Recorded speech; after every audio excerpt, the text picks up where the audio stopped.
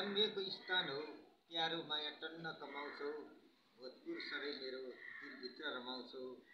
तिमीलाई म सम्झेर अगाउन्न कुनै छेड, रातमा जुन झैँ चम्की फुल झैँ हाँस्दछौ दिन। अनन्त प्रेमको खानी सौन्दर्य रश्मि हौ तिमी, नेपाली वीरता चम्क्यो सभ्यता पुञ्ज हौ तिमी।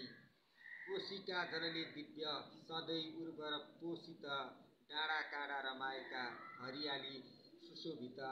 ट्याम्केर नाग छायाको मोहनी छ विचित्रको, रहस्यपूर्ण भण्डार धरतीका दिलभित्रको।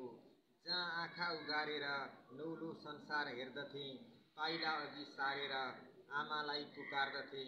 पाएथे पहिलो स्पर्श धरतीको स्नेह बिन्दुमा, सधैँ पौडेर हुर्कन्थे मायाको सूक्ष्म सिन्धुमा।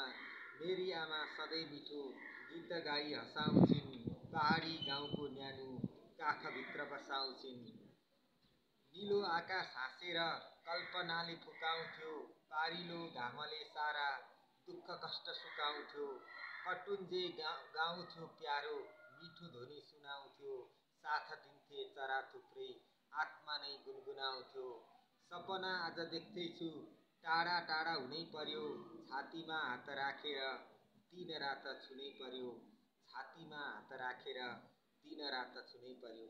मेरो भोजपुर शीर्षकको कविता वाचन गरेर मैले आजको हाम्रो सानो जमघटको दैलो उगारेँ। नमस्ते, म कार्यक्रम प्रस्तुता म ढकाल दीपक।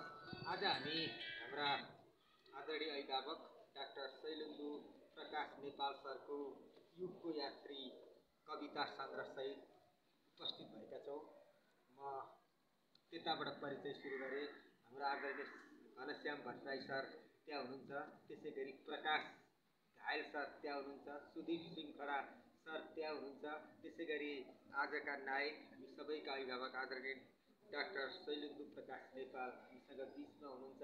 त्यसै गरी कृष्णबहादुर केसी सापकोटा, उहाँ आधुनिक साहित्य परिषदको चाहिँ उपाध्यक्ष हुनुहुन्छ।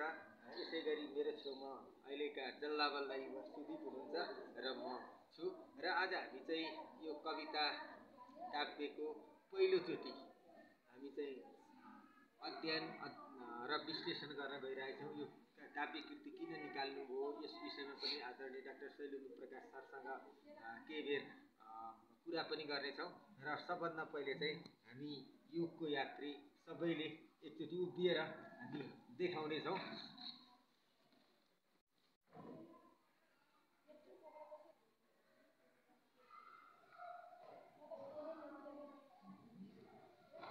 धन्यवाद।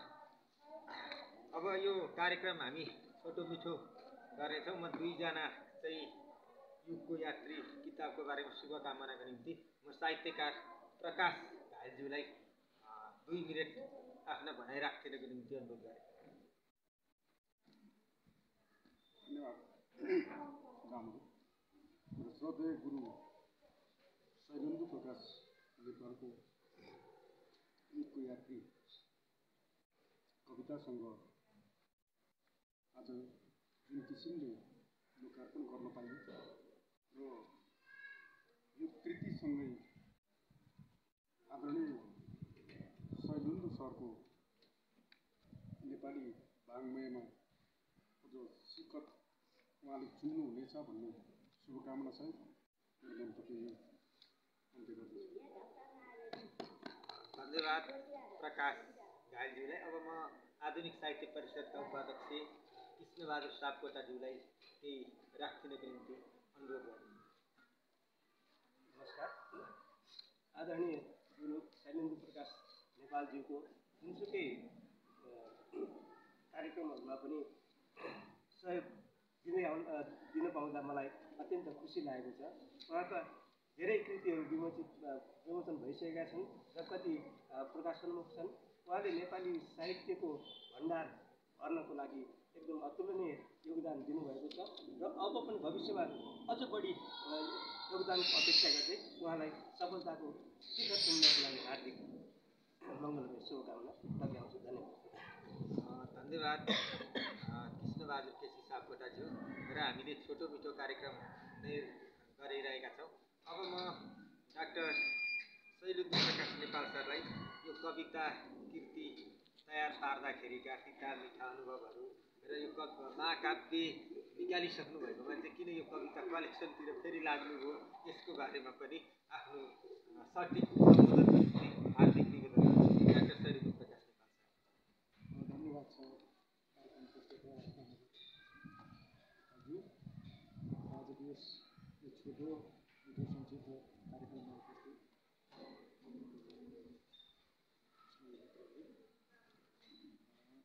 सबै योको यात्री मेरो पहिलो कविता सङ्ग्रह त्यसभन्दा अगाडि हामी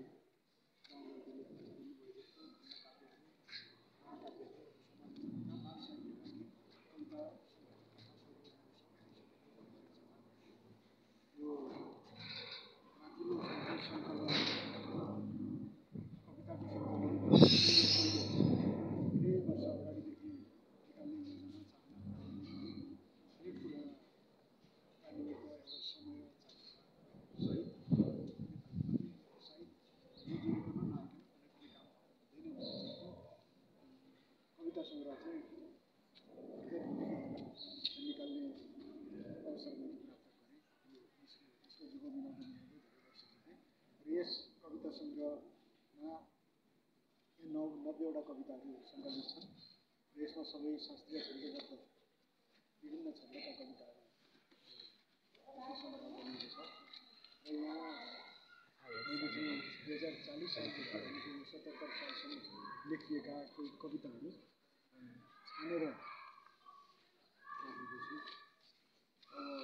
त्यसो हुनाले त्यो शास्त्रीय कविता लेखनतर्फको मेरो सुरुको प्रयास कस्तो थियो कसरी विकसित हुँदै आएर कस्तोसम्म लेख्न सक्ने अवस्थामा यो चाहिँ भन्ने कुराको एउटा रूपरेखा पनि यसले प्रदर्शन गर्नेछ र यसभित्र अब आफ्नो भावनाहरू खास गरी राष्ट्रप्रेमका भावनाहरू मेरो भोजपुर भन्ने कविता सुनाउनु अब त्यो आफ्नो जन्मस्थल भोजपुरका बारेमा लेखिएको कविता हो र यसै गरी नेपाल राष्ट्रका विषयमा नेपाली जातिका विषयमा नेपाली संस्कृतिका विषयमा आफूलाई लागेका धारणाहरू आफ्नो माया प्रेमका प्रसङ्गहरू पनि यहाँ आएका छन् राष्ट्रप्रतिको माया प्रेमका प्रसङ्गहरू।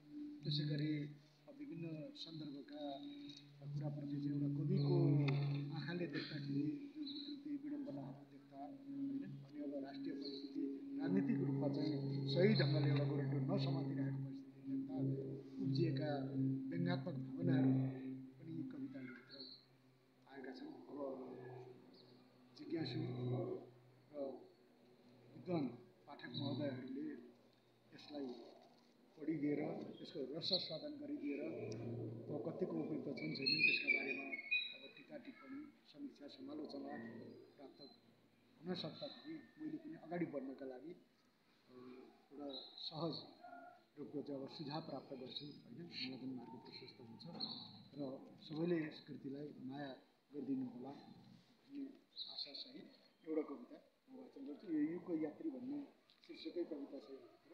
त्यो कवितालाई नै काव्यको कविता सङ्ग्रहको शीर्षक पनि बनाइएको हो युगको यात्री र यो राष्ट्रिय स्तरको एउटा प्रतियोगितामा सरकारकै तर्फबाट आयोजित एउटा प्रतियोगितामा पुरस्कृत कविता हो।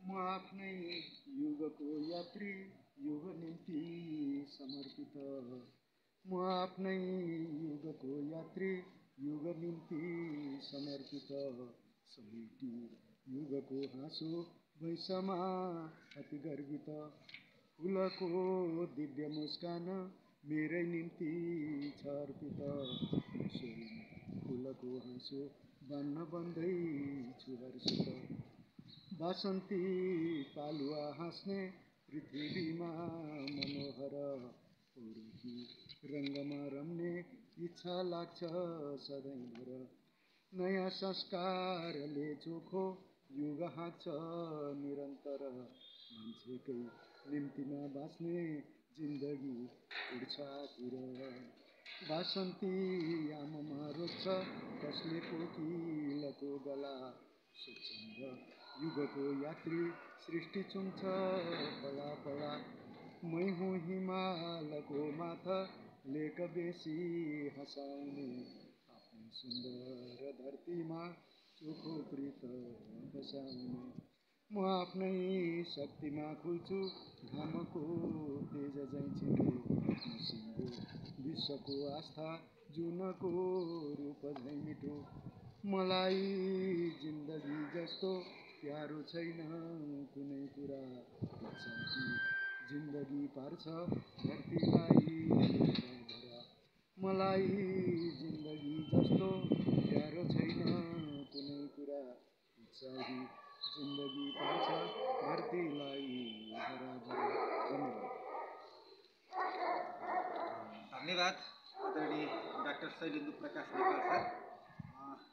अब म अलिकति किताबको बारेमा थोरै बताएँ। यो पुस्तकलाई चाहिँ पूर्ण प्रकाश नेपाल यात्री अध्ययन तथा अनुसन्धान केन्द्र काठमाडौँले प्रकाशनमा ल्याएको छ र तपाईँलाई पनि यसभित्र समेटिएका कविताहरू पढ्न भित्रैदेखि हृदयदेखि नै इच्छा भएमा पूर्ण प्रकाश नेपाल यात्री अध्ययन तथा अनुसन्धान केन्द्र र गौरी पब्लिक रिलेसन एन्ड पब्लिकेसनमा पनि सम्पर्क गर्न सक्नुहुनेछ। हामीहरू तपाईँहरूको निम्ति होम डेलिभरीको सुविधा समेत दिनेछौँ तपाईँहरूले माग्नुभएको खण्डमा। र आजको यो छोटो मिठो कार्यक्रमको आयोजना गर्ने सुअवसर प्राप्ति भएकोमा सुख शान्ति टेलिभिजनको तर्फबाट म कार्यक्रम सञ्चालक दामोदर ढकाल दीपक पूर्ण प्रकाश यात्री अध्ययन अनुसन्धान केन्द्र तथा डाक्टर शैलेन्दु प्रकाश नेपाल सरप्रति कृतज्ञता हुँदै उपस्थित सबैमा हार्दिक धन्यवाद ज्ञापन गर्दै बिदा हुन चाहन्छु।